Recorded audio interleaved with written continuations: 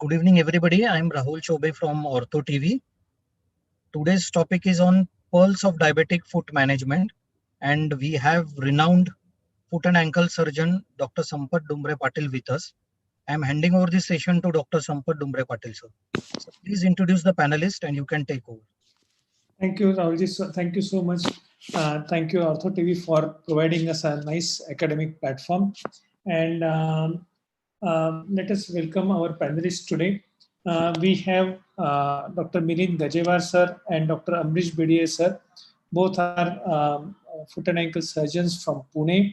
And we have Dr. Abhijit Joshi, sir, and Dr. Ravindra Panse, sir, who are consultant orthopedic surgeons, and they have special interest in management of diabetic foot.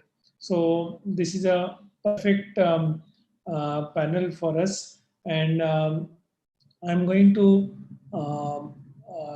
talk on the management of diabetic foot, or the pearls of Charcot foot mainly, because from orthopedic point of view, we are more concerned with the Charcot foot management. Is my screen visible, and am I correctly audible to you all?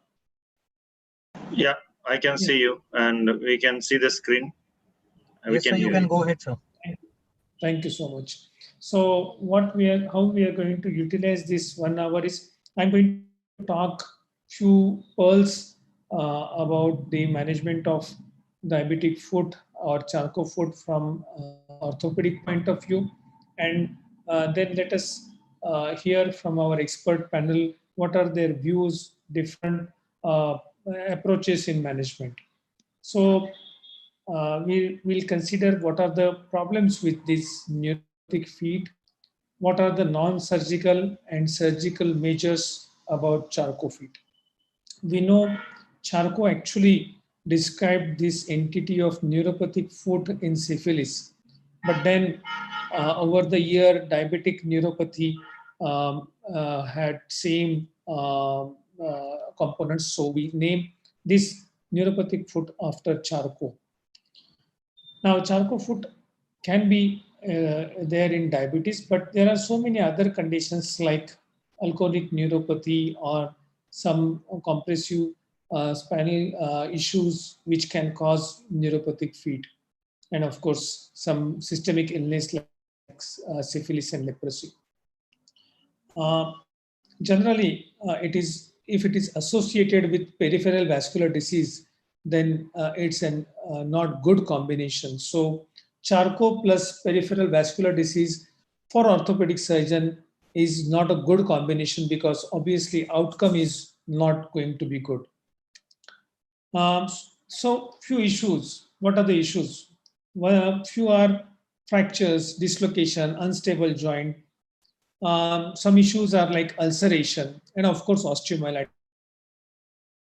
So let us discuss 3 points: that unstable joints, fractures. Second is ulcerations. Of course, all of us hate to see those ulcers. And then how to manage those infections. Now look at this. A person who walks with such a gross deformity, he is literally walking on his lateral malleolus, but relatively no pain. So diagnosis is quite obvious that significant deformity with not that matching symptoms, means not that significant pain. In a diabetic, the diagnosis is quite obvious that this is Charcot. So what are classical signs, symptoms? There is swelling, deformity, inflammation, pain, warmth, like something like cellulitis. History of trauma may be trivial.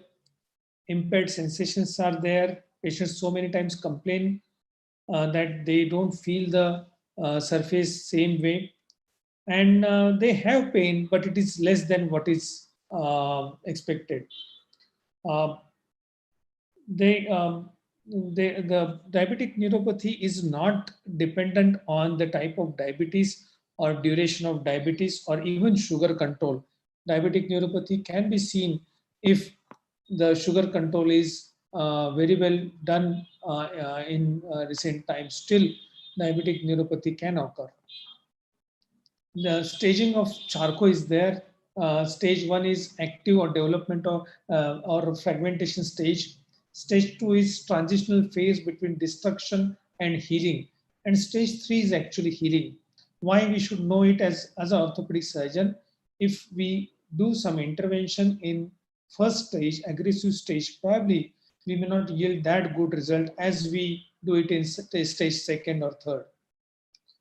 Anatomic classification, either it is midfoot, hindfoot, or ankle joint or tuberosity. So this is obviously midfoot, which is the commonest affection. This is hindfoot, ankle joint, and then calcaneal affection. So anatomical classification is like that, out of which midfoot Charcot is most common. One important tip, whenever we see patient of acute Charcot, it has to be differentiated from cellulitis because it has same symptoms, redness, swelling. And when I see patients, most of them, they have taken a lot of antibiotics, which is not needed. So just remember one thing, that if you elevate this acute Charcot foot by clock for few minutes, 5 minutes, and its redness decreases, then this is due to acute Charcot and not due to cellulitis. So cellulitis in acute phase of Charcot has to be differentiated from acute Charcot because clinically both look like same. And then we keep on giving them unnecessary antibiotics. But you have to differentiate acute Charcot from cellulitis. Neurological evaluation, we know we have to test it with monofilaments, and final is nerve conduction studies. From orthopedic point of view, we should know this little unusual picture also, atrophic also. See, this is an X-ray where so many times this is taken as osteomyelitis. This is not osteomyelitis. This is atrophic type of changes in the Charcot. And of course, this is what we are used to see. This is hypertrophic. So all these distended joints, increase in density, dislocation, destruction, so everything. But here what is lacking is osteopenia. There is no osteopenia. This is all increased density, distended joints. So all they are classical signs of Charcot. Weight-bearing X-rays are very important because you will see remarkable difference between weight-bearing and non-weight-bearing. How do we diagnose Charcot? It's mainly clinical. Any diabetic with neuropathy and swollen foot is Charcot unless proven otherwise. I mean, have high suspicion. Initially, X-rays may be normal and weight-bearing X-rays are must. Now, very important. We should aim for the treatment. What is our aim? Is to again achieve the integrate foot. And as we saw, there are 3 stages. One is active stage, that is fragmentation stage. Second is the stage between fragmentation and healing, and stage 3 is healing. So we want to really touch the patient when he is healing himself, and then give him measures to make it plantigrade. Some non-surgical measures. If we talk about ulcers, then you have to differentiate whether the ulcer was vascular or neuropathic. So see, this is a non-weight-bearing place. And this picture, obviously, this is not neuropathic ulcer. This is vascular. There are no hairs here. There is all a vascular area. And see this. This is a weight-bearing part and ulcer which is neuropathic. Now this looks dramatic, but it heals dramatic if you treat it correctly. But unlike this looks innocent, but it takes a lot of time to heal. I will just show you a few cases, but before that I will give you one tip. In neuropathic ulcers, pressure plus neuropathy is equal to ulcer.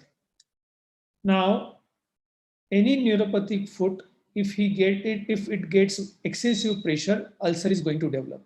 Now, neuropathy is going to be permanent. Neuropathy cannot be changed. So to heal ulcer, what we can change is only pressure. If you remember that simple thing, then it's quite clear that what we want to do. So neuropathy cannot be changed. Whatever intervention we do is to relieve the pressure. I will just show you through cases. So there are many ways. You can just give bed rest, you can give walker, you can give some custom-made orthosis like this, where you can just offload that ulcer, or this is a forefoot offloading shoe, this is hindfoot offloading shoe. Look at this. This is how forefoot offloading shoe. Now this is forefoot offloading shoe. Only issue is just inform the patient that he or she does not have half part of the shoe so that he or she does not lose the balance. Sometimes this can be done where you can have some parts removed below the ulcer, very easy, and it's handy in OPD. Or sometimes with surgery, we can even put some eraser or fixators. Total contact cast is also a vital thing, but it's very operative dependent. Somebody has to know all the pearls of putting total contact cast. I will just share a few cases. This is a person who had 14 years, 14 years non-healing ulcer. This is what he was looking like. He was advised amputation. These are his x-rays. And we simply did neurological testing, nothing else. It was diabetic neuropathy. We initially gave him, he had some bony fragments which were removed through ulcer only. Total contact cast was given, and then such crow shoe was given. Now, this is a picture hardly 6 weeks later. Ulcer which never healed for 14 years, it healed in 6 weeks because we have to just follow the guidelines. Now this person has almost 10 to 15 years follow-up with us. Whenever he does not use that shoe, he again develops that ulcer. So again he goes into that diabetic shoes, again it heals. So even healing is not permanent. You have to understand that you have to take care of the pressure in a neuropathic foot. This is how he healed. Another case where again forefoot ulcer, this never healed for 3 years. This was a deformity. We simply gave, which is available on the counter, forefoot offloading shoe. And this was hardly 2 or 3 weeks after using it. So remarkable healing, provided they are all neuropathic ulcers. Now this is again a young girl who had big ulcer on the hindfoot, and she was again advised amputation, big neuropathic ulcer, and we offloaded her completely. This is how almost 6 to 8 weeks she healed without any intervention. This is how she healed. And then we gave her crow shoe, and some surgical corrections were done to make it plantigrade, and it healed. So again, this was in a very young child who had meningomyelocele actually. He is a doctor by himself. He was wearing leather shoes for a long time, which they were tight, and he developed such necrosis. Hardly few weeks, 3 to 4 weeks of offloading, and that neuropathic ulcers, they have responded very well. So actually, basically, it's a team approach. Everyone is involved, including diabetologist, general surgeon, physician, radiologist, plastic surgeon, everyone. Name the person, he has to be involved, vascular surgeon, orthotist, because it's a team approach. I cannot say that I do it alone. Orthotics is most important part. You have to see where you need where you need to offload the patient. Such crow shoe are very important. Customized AFOs are important. These were non-surgical measures. And when do we operate in Charcot? Of course, debridement of ulcers. If there is deformity, if the foot is deformed, and then it is causing, it is making it prone for ulcer formation, then it is worth to excise that deformity or osteectomy. And of course, reconstructive fusion. I will show a case of each. Of course, everything is of no help, then amputation is last resort. Now look at this. He had a midfoot ulcer. Now this is basically, this exostosis is causing this issue. This is an ulcer plantar to it. So if you have tried everything, offloading midfoot ulcer in a shoe is little difficult. So here it is really worth to excise this exostosis. Sometimes even these small ulcers, you should know when hyperkeratotic tissues need to be excised. And when you excise those tissues, they improve dramatically like this. Now she is a lady who had 12 years of non-healing ulcer because she was walking on lateral border of foot. She was walking on lateral border because she had cavo-varus deformity. And that's why she had such non-healing ulcer for 12 years. Again, she got admitted for below-knee amputation. But look at this.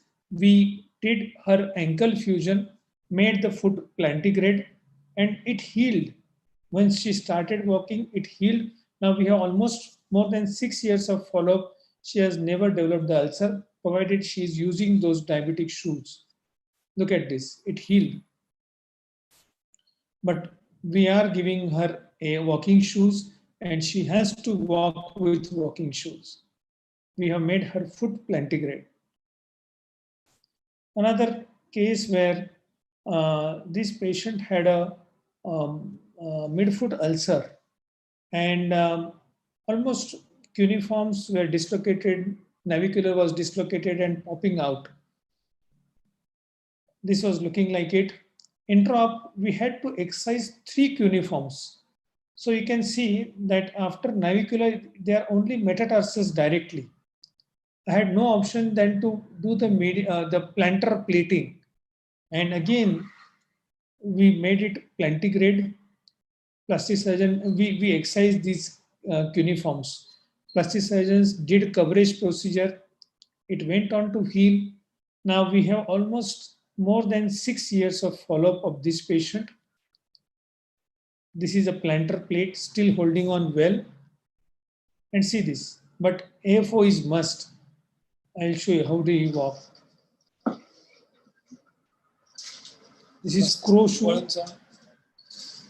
And I give them walker, but to be honest, they just use walker in front of me at home. Probably many times they don't use it, but impress them that they have to remember that neuropathic foot is going to be neuropathic. If you don't take care, again they are prone for ulceration, or even whatever fusion we have achieved, it can give away, because achieving bony fusion in charcot foot is little difficult. So in the end, even if we land up in fibrous fusion, still it is good. She is a lady where very significant deformity. This lady never walked for almost 2.5 to 3 years. And look at this. She is almost landing on lateral malleolus. We did her TTC fusion and made it plantigrade. And this is how she is walking. She sent her video from abroad. Another case. Now this person is now working on medial malleolus. See this, absolutely on medial malleolus, completely foot is dislocated. Interestingly, probably he had some spinal issues. And see this, sorry, not on medial malleolus, he was walking on the head of talus. This is head of talus. He is walking on head of talus, and there is almost peritalar dislocation. All foot is gone beyond fibula laterally. We did the TTC fusion, and look at this. He sent me video 2 years later, but in spite of request, they are not using this AFO. But this is not good, because sometimes this may break and it is not recommended that they don't use any kind of brace or support, because again, those joint position is lost. So how much they are going to load, how much they are going to work on this, they don't know. This is a case where he is a diabetic patient, and this fracture dislocation was there. He came almost 6 weeks later. And again, we had to do TTC fusion. This time we took medial approach and did the TTC fusion. It went on to heal nicely. Now he's working nicely. Very few times we get such a good bony union, bony fusion. This is how his appearance of plantigrade foot. I'm going to have few last slides. We talked about ulcer. We talked about unstable joint. Now this is the last, that infection. Infections so many times are polymicrobial, and do remember that in diabetic there is also possibility of infection with gas forming organisms. It is not rare to find gas on X-rays, so just keep it in mind that you may have gas forming organisms in this thing like this. This patient had swelling and infection, and look at this, X-ray showed gas forming organism. Of course, they may not be Clostridia, but some species of Streptococci also may have this gas forming ability. This lady had a infection in the calcaneum. We had to take this plantar approach, debride it completely, and then she went on to heal like this. Nice healing. Again, she has more than 6 or 7 years of follow-up. So, few suggestions to diabetic for prevention: check your feet daily in the mirror, or particularly use your hands, because neuropathy affects feet more than hands. So ask your patients to check the feet with hands. Check for callosities, cuts, ulcers. One simple thing, even if we emphasize in our country, is don't walk bare feet. Not a single person of diabetes should walk bare feet. Check your shoes. Then don't smoke, because smoking is bad.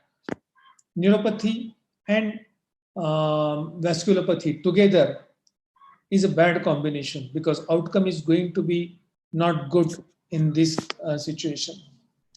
For us, if you are using for debridement hydrogen peroxides, be careful, because it may drive in whatever infection in the deep cavity inside. So I will summarize my talk. Once we understand the principles of neuropathic feet, non-surgical measures are also equally important. Fractures, dislocations, ulcers, or infections are definitely issues in diabetic feet. One simple equation one should remember, that pressure plus neuropathy is equal to ulcer. Neuropathy is not going to change. So to treat ulcer, you have to treat pressure. Thank you so much.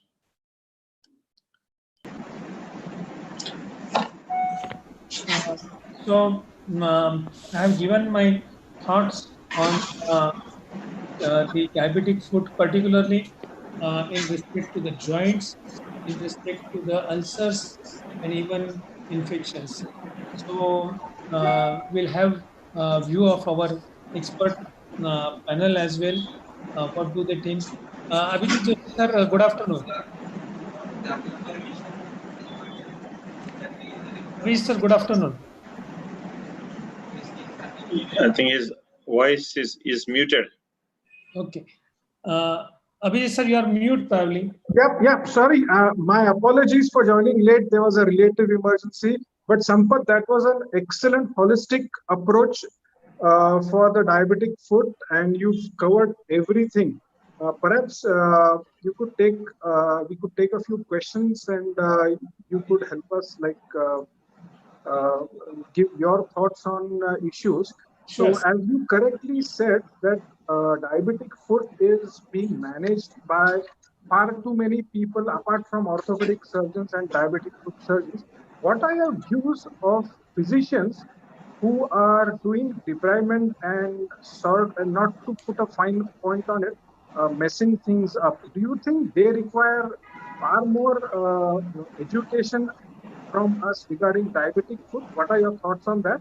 And my second question is, a surgical side, what is your antibiotic protocol when it comes to one acute infection and secondly chronic infections? How do you approach them from an antibiotic perspective point of view? Nice question, sir. Actually, we should have discussion on these issues. Now, I will answer your second question about antibiotics. Sir, I hardly depend on those antibiotics because if we are depending on antibiotics, then it is only at active inflammatory stage or infective stage. But once the necrosis or abscess has formed, I think giving antibiotics is making the sure that you are making him prone for resistance. So I hardly use any antibiotic, hardly. Even at my charitable institute, we use any antibiotic in diabetic foot also, because then it gives you two messages. Once is your debridement is complete, you should debride it thoroughly. If at all you are thinking that there is still active infection going on, redness going on, or he is in septicemia, then only we give antibiotics. But when we give antibiotic, I have very close discussion with my physician.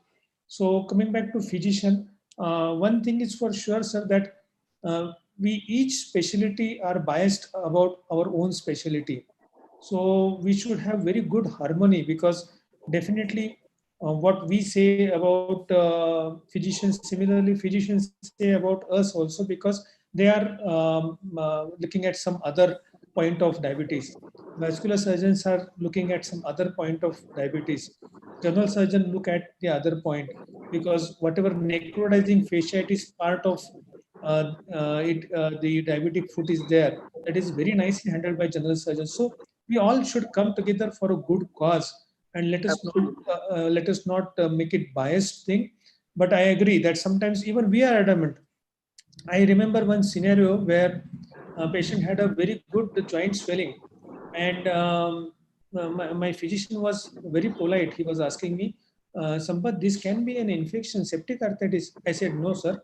Septic arthritis is very red, hot, swollen, fever, nothing is there.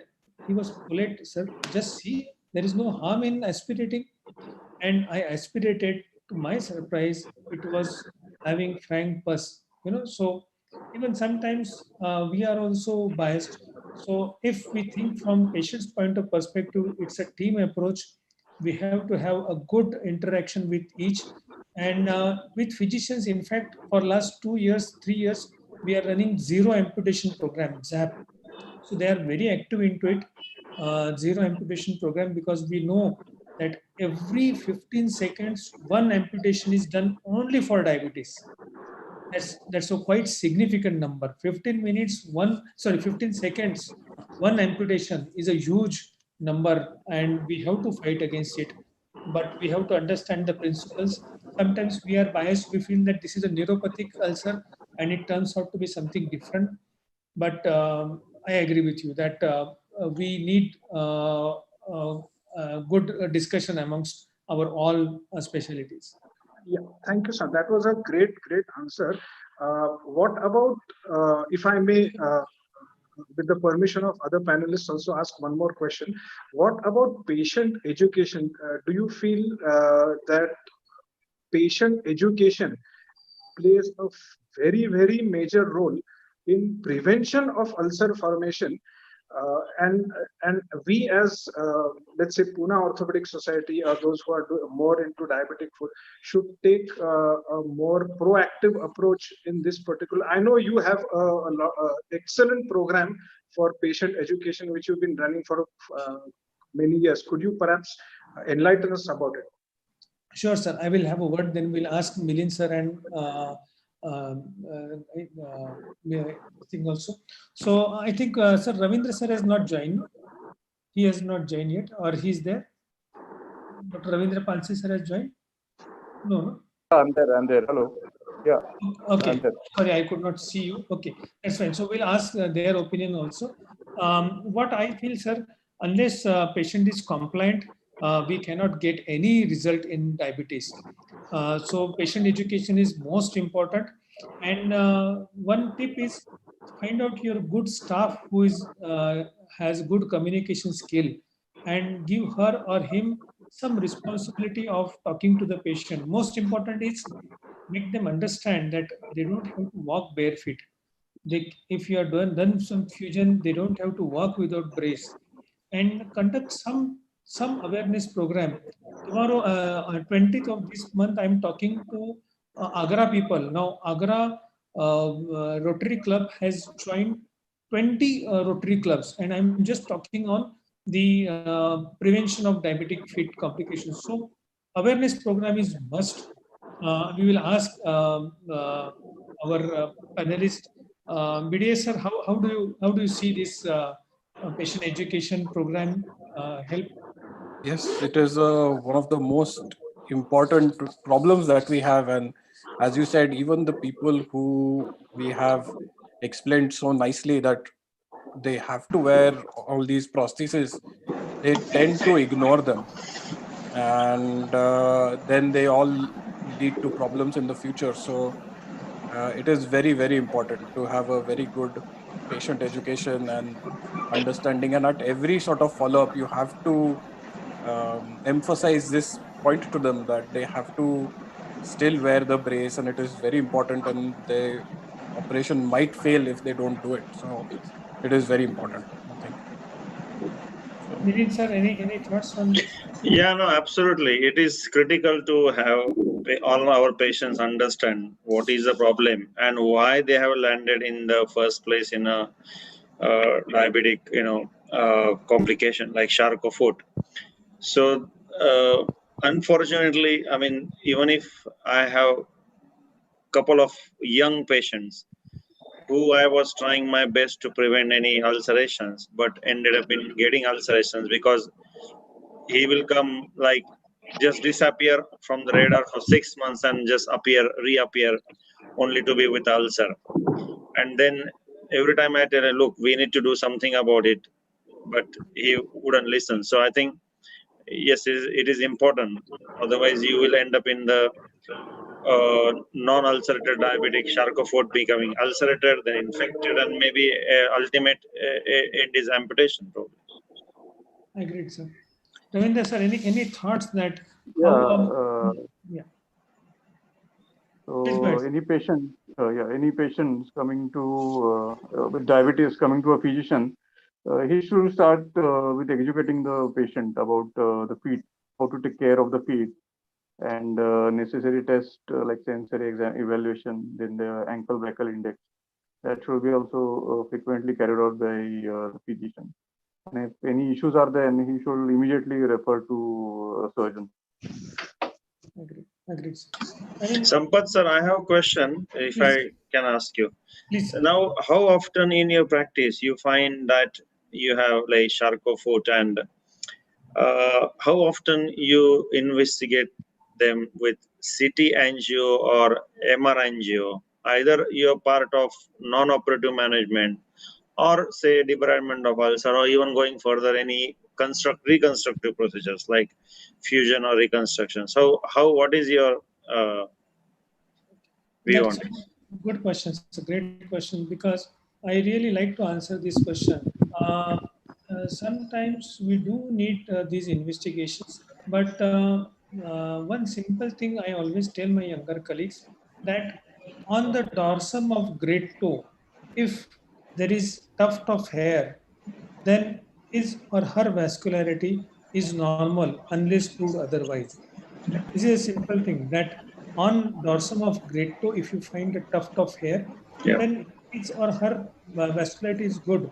And if it is not there, unfortunately, Mirin sir, whatever we do CT angio, we do Doppler, We send them to vascular surgeon. They do some shunts. Unfortunately, results are not that rewarding. I mean, Okay. more and more it becomes complicated. We have done it. It may improve, but not to that great extent what we think that, because it is a generalized atherosclerosis. Yeah. It's not the patchy procedure. Yeah. So it's a complete length which is involved. Yeah. So our good vascular friends, they do good job. I don't say no, but then it's a generalized thing. So the amount of result which we expect may not be there. So more and more complicated investigations needed.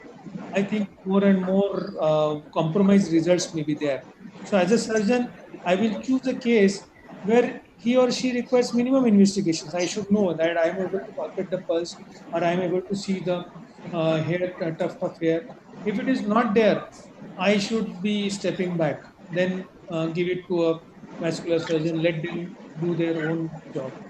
Along with this tuft of hair on a big toe, how much importance will you give to the distal leg lacking any hair? Yeah, that is also important, sir. I mean, Yeah. If it is there on great toe, it will definitely be there Definitely on present. leg. Yeah. And Yeah. the last question, how often, I mean, what is your view of either having plastics or vascular together for amputation or directly letting them do diabetic amputations? What is your view? What I'm talking about orthopedic surgeons doing amputation or foot and ankle surgeon doing amputation versus vascular stroke plastic. What is your take on this? Sir, actually, fortunately, we are in city of Pune. I almost always do below or any amputation with plastic surgeon. Let it be Okay. anything, Okay. always. So, but this cannot be said on common platform because our friends all across they may be seen. But at least have opinion once you do yourself. Yeah. So yeah, my question was, yeah, what is your view on it? So But we are fortunate to have plastic surgeons with us. Yeah. But when somebody is doing in periphery, at least two colleagues should opine that whether if I'm doing it, whether it will heal at same level, whether patient will land up in revisions, whether I'm doing at correct level or not. So I think that is a way to go. And yeah, I think I follow the same. I at least take an opinion, preferably do a combined procedure. Sorry, there's phone ringing behind. I'll just. please. So I agree, but then we should be blessed with such facility that one should have plastic surgery. Nothing like it. I mean, they will always be a better hand.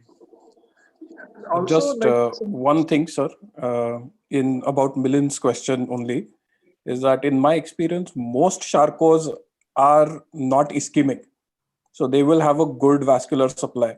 So even if you do a CT angio in them and you see a higher block, they will probably have a very good collateral circulation, which is why the Charcot develops in the first place. So having a ischemic Charcot is extremely rare.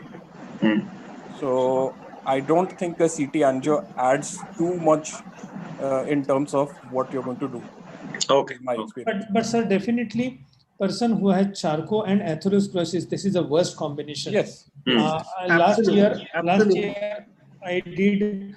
Milind sir and I was discussing about it. I did 12 to 15 TTCNL. One landed up in BK amputation, which I recently, last week only I did it. She had same combination. She had atherosclerosis, and I explained, and it was in writing that look, this is the worst combination, that Charcot and vascular. She had complete atherosclerosis vessels, and vascularity was impaired, so she did not do well. She landed up in amputation. And also, I think one other point with this, that you aim for below knee, but you may have to revise to above knee as well, depending upon what happens after the BKA. Absolutely. Abhijit Yeah, sir was that saying. yeah.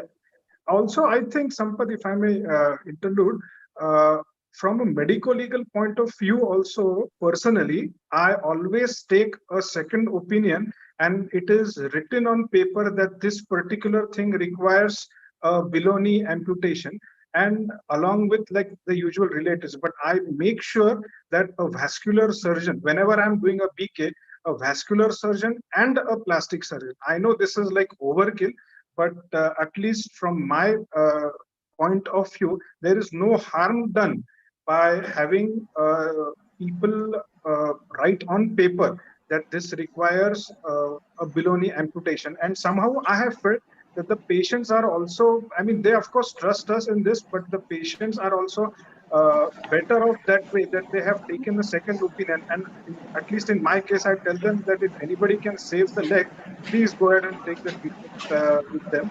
But a vascular and a plastic surgeon, at least medico legally, I think that's a great thing to have on paper Absolutely. when we do a PK, apart from the other things. What are your views? Like, do you take a vascular opinion all the time when you do a PK? What I do, sir, I take plastic. So vascular, if it is there, that's fine. But plastic is of both help, because usually plastic surgeons, they do vascular job as well. So plastic surgeons are of help introp as well. So at least to our colleagues who are from periphery, vascular, general surgeon or plastic surgeon, any of these three, if they are of help, and if all of them they are not there, at least your orthopedic second colleague, either of them should be opining before amputation.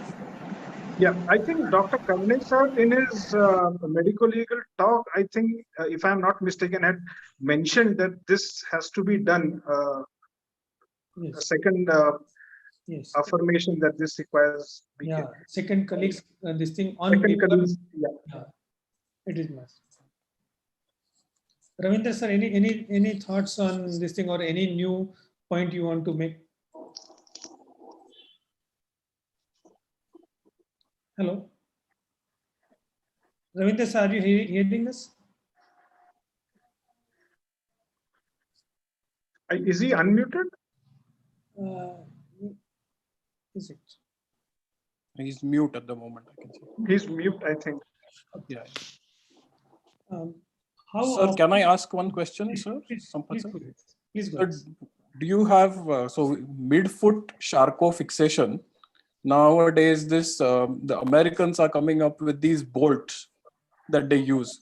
So, have you had any experience with them? Because they have, I mean, traditionally we were always told to sort of fix the medial column rigidly, and lateral column you leave it slightly loose.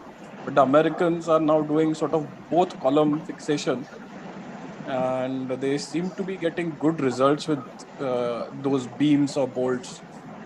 So any Beaming experience? technique, right? Yeah, beam. Beam, Yeah, beam screws, though beam they are called screws. as beam Correct. screws. I have used it. But I'm not very happy. But I'm definitely sure that most successful and recent trend, rather than beam screws, is plantar plating. Okay. Plantar plating is very nice, because plantar plating biomechanically is superior, and even it is covered nicely. Approach is also good. So see, this is case done few years back, and I did it when there was such a big wound, such a nasty wound, which was infected. After thorough deployment with plastic surgeon, we did plantar plating, because I had no choice. Patient wanted at least some decent attempt of salvage, and absolutely doing well with good long-term follow-up. And as you mentioned correctly, Charco have very good, Charco feet have very good blood supply. So you can really depend, if you do correct principles, then they heal well. So plantar plating probably is much better scenario than the beam screws. You can do beam screws, but I found them quite cumbersome. It is like aiming too much. You can miss few bones in between, and repeated attempts will make the things difficult. So I like plantar plating better than now. What plantar plate I used is a simple 3.5 DCP. Can you imagine? It is not even locking implant. It is holding on so well for last 6 years, and that person is from Konkan. He's so grateful. He sends me video picture every year. Recently, hardly 2 months back in lockdown, also he talked to me. He's doing nice. So plantar plating probably is a way to go ahead. What is your approach for plantar plating? Which you go medially or you go center of the foot? So what we do, sir? See this. So we take incision medially, Yeah. But then we can definitely go on to the plantar side. Yeah. Yeah. So incision has to be medial, just where the skin is changing Junction. the color. Yeah. And then big incision and then go plantarwards. You can just support it nicely here. So probably I will prefer medial plantar plate rather than beam screw. So same basically like a lapidus, which is fixed with the plantar. Similar kind of approach. Perfect. And you know that lapidus is such a strong procedure that you need that kind of plate to stabilize that unstable situation. And it does very well. Sampath, if nobody's asking a question, perhaps what is your views on using tourniquet during any foot surgeries that we do? And what is the pressure that you normally keep, especially when there is atherosclerotic, diffuse atherosclerotic changes? What is your approach for using a tourniquet and pressure settings? Yes, actually, to be honest, if it is fresh trauma in diabetics, then also I'm using tourniquet. And if it is planned thing like charcot reconstruction, then also I'm using tourniquet, because that bloody picture gives us not good soft tissue corridors. So I do love to have tourniquet. Only thing is pressure. Yeah, sometimes if you feel that, usually I put it around 260. Of course, 150 millimeter above the systolic, but 260 to 280. But sometimes I agree, those atheroscleral vessels, you may get some venous tourniquet, but rarely I have struggled with tourniquet issue. But usually I do it with 260 to 280 pressure, rarely 300. But charcoal, for sure I'm going to use it, because they are hypervascular. Vascular, absolutely. They bleed, the bones also bleed. They're soft anyway, and plus there is a lot of bleeding. It makes everything very, very uncomfortable. All right. What is the opinion of Milind sir, or?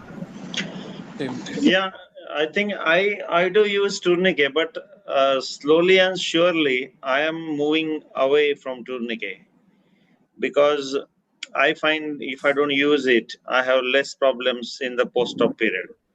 Yeah, specific to the diabetic and hypervascular Charcot, then I kind of do it until I dissect it out, and then let it down and do rest of the procedure without tourniquet. Obviously, with the current COVID situation, to protect myself and my colleague, I'm using it more often than I would want to. But as the things settle down in future, probably less is more for tourniquet. I mean, just use it for approach and then take it down or something like that. Yeah, fair enough. All right. Sampath, if I can ask, with the panelists' discussion, what is their opinion about hyperbaric oxygen and VAC therapy and a combination of this? I'm a big fan of both of them. What is the panelists' view about this? Milind sir, Amrish sir? Let Amrish start this time. So VAC therapy, definitely. I've got good experience with VAC therapy and good results with that as well. Hyperbaric oxygen, the access is not there in too many places at the moment. It's there in only few places. And I have seen it worked in some cases, but it all remains a bit expensive and inaccessible to most of my patients. So I think for hyperbaric oxygen, you at least need 10 sessions. And I think it ends up costing at least 80,000 or so. That has been my experience with hyperbaric oxygen, but VAC definitely. I've used it extensively. Sampath, Dr. Milind, your views? Yeah, I think I agree with Amrish as well, because I personally haven't used hyperbaric. Even in UK when I was there, not many centers have it. Regards to VAC, I have extremely low threshold to use VAC even for smaller problems, because I have seen the ulcers which would, even after debridement, will take 6 weeks to heal. You apply VAX, changes twice, and the ulcer is healed in less than a month. So, and it is extremely good service, actually, at least in Pune and surrounding area, given by our WAC guys. They let the patient take expensive machine home, follow them up, go and change the dressing at home. So I think Absolutely. they are really quite Absolutely. nice job. Yeah, we are lucky that we have these guys who are pretty well trained in applying a WAC and calling us when they find something wrong with them. But WAC is good. Sampath, do you use WAC often? Yes, sir. Again, same way. I will have very low threshold. Some tricky areas like someone has opened the Achilles, not able to close. Then instead of making a tight closure, I think do a decent job and keep a whack. Calcaneum, same way that you have achieved length and unable to close. Then do not kill the flap. Rather, do a loose suturing and whack. So it's a very handy thing. But I have not used hyperbaric. So on the contrary, we all will like to listen from you. I mean, because you said you use hyperbaric. I have not used hyperbaric. Absolutely. Like if the patient is affording, like Ambarish said, that at least 10 sessions minimum are required. And I've had a wonderful experience with hyperbaric oxygen. And as far as limb salvage is concerned, I definitely put it on my top list of things to do. However, it is true that it is a bit expensive. There is no doubt about that. I mean, I wouldn't disagree with that. But then I give that choice to the patient. Like, this is one more modality that we have in our hands, which they can use, and it works. But I also caution them that either go all the way or don't do anything at all, because I have found it in a few patients. They just take 2 or 3 and then they stop. So that is a absolute waste of money. So unless I'm very sure that the patient is going to go all the way, then only I would recommend them to start the therapy.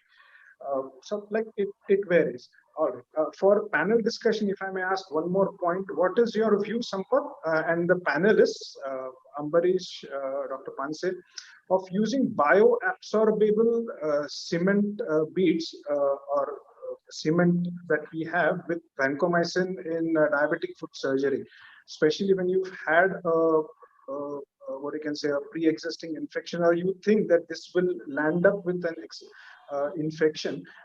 What are your views? Have you used them? So I have used it quite regularly, and one advantage of it is definitely you can use almost every antibiotic, almost, because otherwise in a cement you will use only thermostable antibiotics. Here you can use almost all antibiotics. Only issue is, again, it is a calcium sulfate. Yeah, calcium sulfate based. So sterile discharge will be there. Yeah. But then sometimes you don't have any option. Those cavities, those osteomyelitic areas, they need to be filled up with something. But do remember that they are going to give you sterile discharge. Yeah, the whitish thing keeps coming on for quite some time, and I've found a lot of couple of patients developing a seroma. Actually, after that, there was no infection; the wound was absolutely tip top, as they say, but they developed a seroma. But I will make one statement, sir. Sometimes I have seen surgeons depending too much on these fancy things. Absolutely. On the contrary, I mean, they are helpful, but don't depend on them to do a magic for you. Thorough debris is must. Yeah. So, but I will say that 10 to 15,000 to spend on these biopsiable carriers, you have plastic surgeon helps with you, and they will do a marvelous job for you. They will do such a nice thorough debridement, and they will give you the tissue coverage back so that it will heal. I mean, with so much of help around, need for those biopsial carriers is less and less. Yes. So you do a job complete and take this help, but don't depend on it too much. Absolutely. Ambarish, your views? So Stimulan so you can use it with culture-specific antibiotics, which is the biggest sort of advantage of it, as opposed to like the pre-filled ones. I think Cerament comes prefilled, but it is not available in India at the moment. It's very expensive. That has calcium hydroxyapatite, which is better than calcium sulfate, but it is very expensive and not available here. So what we have is Stimulan. You can use it with culture-specific antibiotics.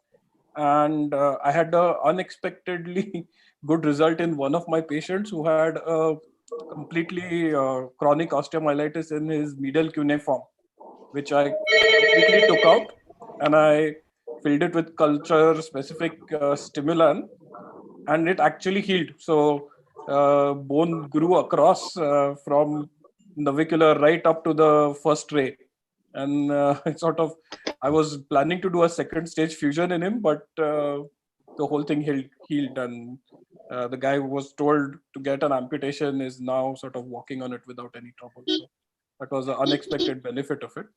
But as sir said, the most important thing is to remove all of the osteomyelitic bone first. Yeah. Yeah. Thorough debridement is the key to everything. Any inputs by Ravindra sir? Any, because I had one case for osteomyelitis of the calcaneum where I did thorough debridement, curettage, and then at the second stage, I used antibiotic beads, culture-specific antibiotic beads. So that worked very well. great. Sir, I've got one question. Yes. So in presence of like a heel ulcer, sometimes you get this secondarily osteomyelitic / orthotic fractures in the calcaneum. But there is an ulcer there which is communicating right with the fracture. And these patients are a challenge because that fracture, if you ignore it, it just tends to sort of displace a bit more and never heal. But in the acute stage with the infected ulcer going right to the fracture, would you fix it with some metal work? So that is where the conundrum is, whether you fix these acutely or you wait and see what happens. So we had this scenario, but again, same thing, sir. Do thorough debridement. Yeah. Debridement is must, and then I tend to pass K-wires slowly. Okay. See, passing K-wire has no this thing. And just one more tip is, if you reduce, then put something wire across some joint. Like suppose calcaneum posterior part is displaced. Yeah. Put a calcaneocuboid wire, Okay. so that it is holding on to some intact bone, and then it holds the reduction as well. Okay. And if you feel that it is aligning well, you just pull it out after 6 weeks. And really, those K wires are not going to cause you infection inside. Correct. But again, thorough debridement and just put K wires, nothing else. No screws across the fracture. Yeah, don't be very aggressive in treating those fractures. I just passed the Steinmetz pin. That's it. Yeah, I agree. Like you said, across that and hold the fracture. And if it, even if it malunites, so long as it's not causing a pressure on the plantar side, I just accept that. Like nothing is better that, at least in my hands, I just pass it. Which size? 3 millimeter or 4.5 or 5.5? Steinman pen. Frankly, to be very honest with this group of friends, I've stopped measuring that. Something which is in between. Zara kami zar de, and whichever feels good, I just put it inside. Even I have no idea which I'm. It all depends on the size of the calcaneus and the fracture size and all. But the Steinman pin, which I feels right, I just put it on. But not too big. I mean, definitely not a big one. A medium-sized one. I just classify them to small, medium, and large nowadays. And you take it out after 6 weeks. Take it out after 6 weeks. Even earlier also. Like my whole aim is that movement at that fracture should not increase the what I can say wound. It should be a hamper to the healing of the wound. That's my purpose of fixing the K-wire. And it usually works. Either K-wires like Sampath said, or just one Steinman pin. And I leave it at that. I've had like not such a good idea to put in. At least I don't believe in putting in plates over there. They just come off. Like what do you do? Amrish sir, Abhi Yeah. sir is asking you. Yeah, no. So this has been a big problem for, I've got a couple of patients where I have not done anything and just let Absolutely. it heal, and they have healed. But then I'm always wondering in these cases whether I should have initially put something across it or not, reduce the fracture and put something across. But that always remains a problem of causing infection. And yes, K wires is probably K wire Steinman pin is a good idea for these. So, friends, we have absolutely followed the time. We are just finishing in time. We have only 2 minutes left, and it was really great pleasure to interact on such a issue where really so many people they were not willing to discuss on this particular issue. Like in practice, we keep on always tossing these patients from here to there, but now so many principles understood, we come to know so many other points in treating it. And daily we are learning from our colleagues, we are learning from our colleagues in vascular surgery, general surgery. Really, it's everybody's domain. We should not label it as one person's domain, but it's really interesting field, and it is rewarding. It is not that diabetic foot is always an issue, but it is quite rewarding, provided we educate ourselves, we educate our patients, and then it is really rewarding. So, thank you all. Thank you for joining and enlightening a few facts on the diabetic foot management. Thank Uh, you, Sampath, for a wonderful. Thank you. Thank you Thank very you. much. Thank you. Thank you, sir. Thank you. Excellent talk. Bye bye. Bye. Stay Bye. safe. Stay Okay. safe. See you, sir.